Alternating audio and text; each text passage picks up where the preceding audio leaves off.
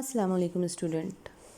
आज हम कर रहे हैं बुक नंबर 2 का lesson number 7 my financial career and it is written by Stephen Leacock. Stephen Leacock में के सारे कामों में जितना भी इनका रिटन वर्क हमारे सामने आता है ह्यूमरस एलिमेंट होता है, छोटी स्टोरीज़ लिखते हैं बट फुल ऑफ फन होती हैं। तो ये भी इन्होंने अपना एक्सपीरियंस एक शेयर किया that is related to bank में जाना, काम करना, एकदम से ये बदहवास हो जाते थे। तो कुछ ऐसा ही इनके साथ इधर हुआ है। तो वो एक्सपीरियंस इस स्टोरी में भी जो बयान करें कुछ ऐसा ही है। सैलरी में इजाफ़ा हुआ तो इन्होंने सोचा कि बैंक में ही जमा करा देता हूँ, वो यूज़ से बहुत ज़्यादा है। तो इनको जब बैंक गए तो वहाँ पे पहले इनको परेशानी हुई, बड़ा अजीब सा मंजर लगा इनको सारा। और फिर इन्होंने सोचा कि मैनेजर से मुझे ज़रूर मिलना होगा, तो मैनेजर की जानिब चले गए।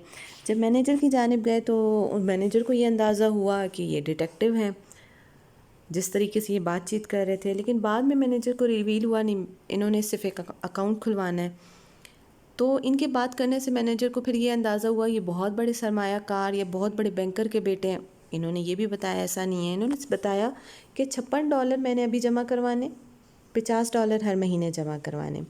मैनेजर ने जो है उसको गुस्सा भी आया। बहरहाल उसने जो है इनको अकाउंटेंट की जानिब रेफ़र किया, अकाउंटेंट ने इनके पैसे जमा कर लिए।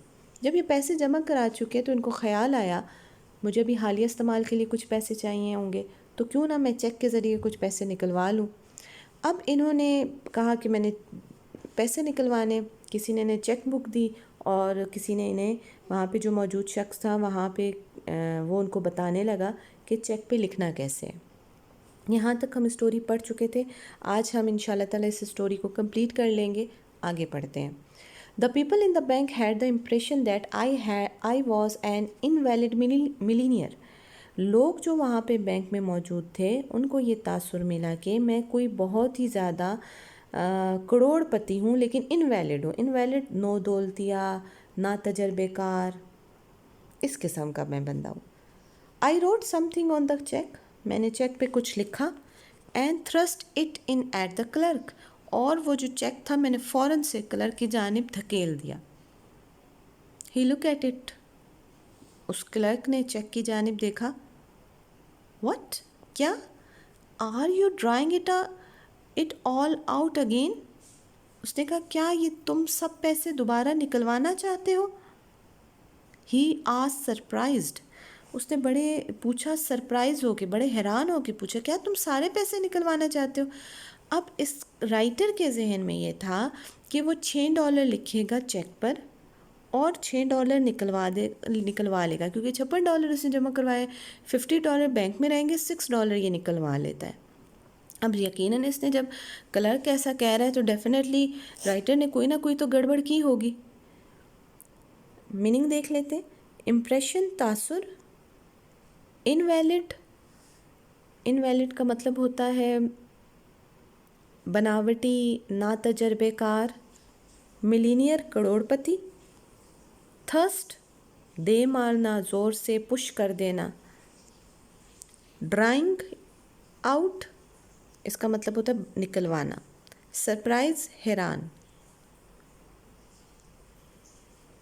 देन आई रियलाइज्ड, फिर राइटर को रियलाइज़ हुआ, राइटर ने ये जाना कि that I had written 56 instead of 6, मैंने 6 के बजाय उधर 56 लिख दिया है। यानी कि जितने पैसे इसने अभी जमा करवाए थे इसने सारी की सारी रकम इसने दोबारा लिख दी कि मैंने सारी निकलवानी है। I was too far gone to reason now, अब हर चीज़ से ये बेखबर हो चुका था। अब जो है वो उसकी अक्ल उसके साथ नहीं दे रही थी, या यूँ कह लीजिए कि कोई रीज़न ही नहीं थी, वो अब क्या बोलता।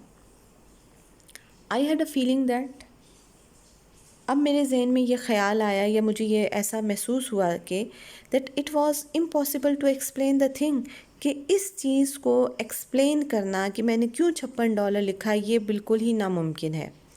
All the clerks had stop writing to look at me, सारे क्लर्क्स जो वहाँ पे बैंक में मौजूद थे उन्होंने अपना काम रोक दिया और मेरी जानिब देखने लगे। Reckless with misery I made a plunge, reckless with misery मुसीबत में, इन्होंने, रैकलेस का मतलब होता है बेपरवाह, मिजरी मुसीबत, मुसीबत में बिल्कुल अब जब बंदा पढ़ता है तो अब आगे खाई पीछे समंदर, कुछ समझ नहीं आ रहा, तो वो बिल्कुल उस तरह बेपरवाह हो के आई मेड अ प्लंज, मैंने एक वैसे तो प्लंज का मतलब होता है छलांग लगाना, लेकिन यहाँ पे क्या मतलब हम लेंगे कि उन्होंने यूँ धावा सा बोला, तेज़ी से मेरे जहन में ख्याल आ गया। रियलाइज़ मीनिंग देख लेते हैं। रियलाइज़ जानना,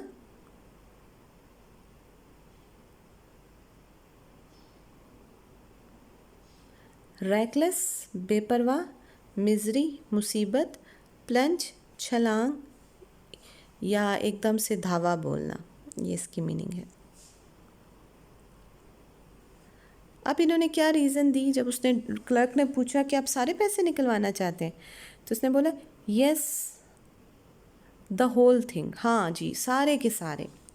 you withdraw your money from the bank, clerk ने पूछा आप अपने पैसे बैंक से निकलवा रहे हैं।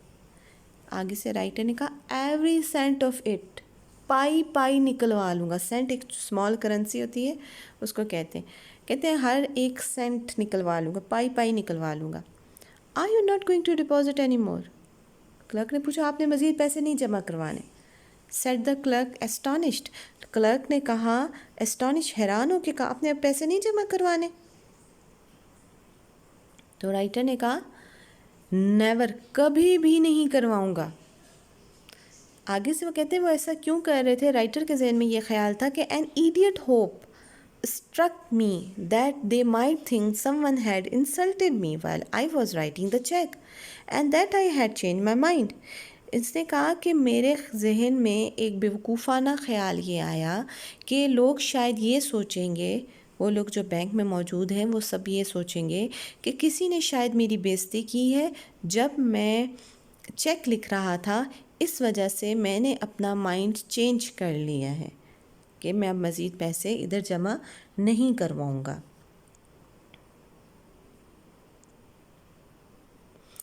I made a wretched attempt to look like a man with a fearfully quick temper। मैंने ऐसी कोशिश की कि मैं उनको ये दिखाऊं कि मैं बहुत ही ज़्यादा तेज़ गुस्से वाला आदमी हूँ। यह मकाना सोच थी ना इनकी जहन में कि मैंने एक ऐसे शख्स की तरह दिखाई देने की कोशिश की कि बहुत ही खौफनाक हद तक जो तेज़ मिजाज हो। फेयरफुली क्विक टेम्पर, खौफनाक हद तक तेज़ मिजाज। द क्लर्क प्रिपेयर टू पे द मनी, क्लर्क ने जल्दी से मुझे पैसे तैयार कर लिए देने के लिए। उसने कहा how will you have it, he said, उसने कहा कैसे चाहिए आपको ये। व्हाट, क्या, how will you have it, उसने दोबारा सवाल किया कि आप किस सूरत में लेना चाहेंगे। मिसाल के तौर पे आप ये सवाल वो क्यों कर रहे हैं, इसका मतलब यही है कि अगर आपको के पास 1000 का नोट है और आपने किसी को दिया, जैसे इनके पास $56 से इन्होंने दे दिया, अब वापस में आपको वो 1000 रुपये आपसे पूछ रहा है कि आपको कैसे चाहिए। अब आपको 3-4 तरीक़ों से मिल सकते हैं। एक तो 1000 का एक नोट हो, दूसरी सूरत यह है 500 के 2 नोट हों, एक और सूरत यह है कि 500 के कुछ हों और फिर 100 के हों, या उससे भी स्मॉल करेंसी, क्योंकि सम टाइम हमें स्मॉल करेंसी की भी ज़रूरत होती है। तो तब उसने पूछा कि अब आपको $56 किस सूरत में चाहिए। यहाँ पे मीनिंग देख लेते हैं पहले। रेच्ड का मतलब होता है मायूस कुन, अटेम्प्ट कोशिश, फेयरफुली खौफनाक हद तक, क्विक तेज़, टेम्पर गुस्सा या मिजाज। आगे चलते हैं। Oh I caught this his meaning and answer without even trying to think. मैंने कहा अच्छा, फिर उसका मैंने मतलब समझ लिया और मैंने उसको बिना सोचे समझे जवाब दिया। इन 50s, मुझे 50s में चाहिए। अब देखिए जब $56 है तो 50s में क्या होगा, 50 का तो एक ही नोट आएगा। He gave me a $50 bill, उसने मुझे $50 का एक नोट थमा दिया। And a 6, he asked dryly, उसने खुश मिजाजी से पूछा $6 कैसे चाहिए। He gave it to me and I rushed out, उसने वो $6 भी बहरहाल इसको दे दिए। And I rushed out, मैं भाग के बाहर निकला।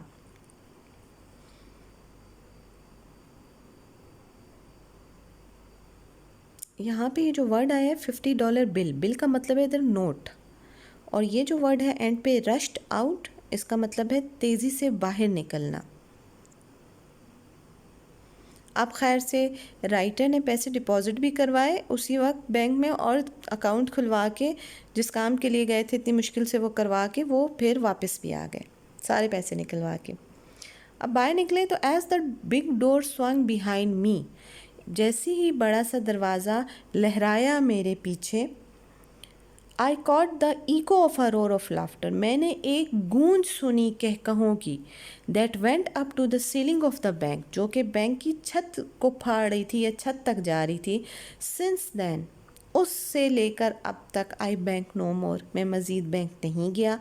I keep my money in cash, मैं रखता हूँ अपने पैसे कैश की सूरत में, इन माई ट्राउज़र पॉकेट, अपनी ट्राउज़र्स की जेबों में, पॉकेट्स में, एंड माई सेविंग, और जो भी मेरी सेविंग होती है इन सिल्वर डॉलर सिक्कों की सूरत में, इन अ सॉक, वो मैं अपने किसी एक सॉक्स में या एक मोज़े के अंदर रखता हूँ। तो इन्होंने पहले जैसे कि अर्ज़ किया था माय फाइनेंशियल करियर कैसा रहा है, इसका टाइटल यही था ना स्टोरी का, माय फाइनेंशियल करियर। तो वो उनका करियर बहुत ही ज़्यादा हद तक जो है वो अच्छा नहीं था। तो बैंक गए हैं पैसे डिपॉज़िट करने थे, बहुत ज़्यादा स्टूपिड चीज़ें इनसे हुई, और उसके बाद उन्होंने फ़ैसला कर लिया कि वो अब बैंक नहीं जाएंगे, और इन्होंने अपने पैसे अपने ट्राउज़र की पॉकेट में या अपने सॉक में रखने शुरू कर दिए। मीनिंग देख लेते हैं। स्वंग लहराना या घूमकर बंद होना, यूं भी कह सकते हैं। इको गूंज, रोर ऑफ लाफ्टर कहकों की ज़ोरदार आवाज़, सीलिंग छत। ये स्टोरी यहाँ पे हमारे ख़त्म होती है। और थीम स्टोरी का अगर बात करें कि स्टोरी का थीम क्या है, तो जहाँ तक मेरा आइडिया है वो ये है कि जो काम नहीं कर सकते या तो वो नहीं करना चाहिए, या फिर किसी एक्सपीरियंस बंदे को अपने साथ रख लेना चाहिए, या फिर करने की अगर कोशिश कर रहे हैं तो फुली कॉन्फिडेंटली करना चाहिए। सब एक जैसे ही हैं, कोई मसला नहीं है, सारे काम हो जाते हैं।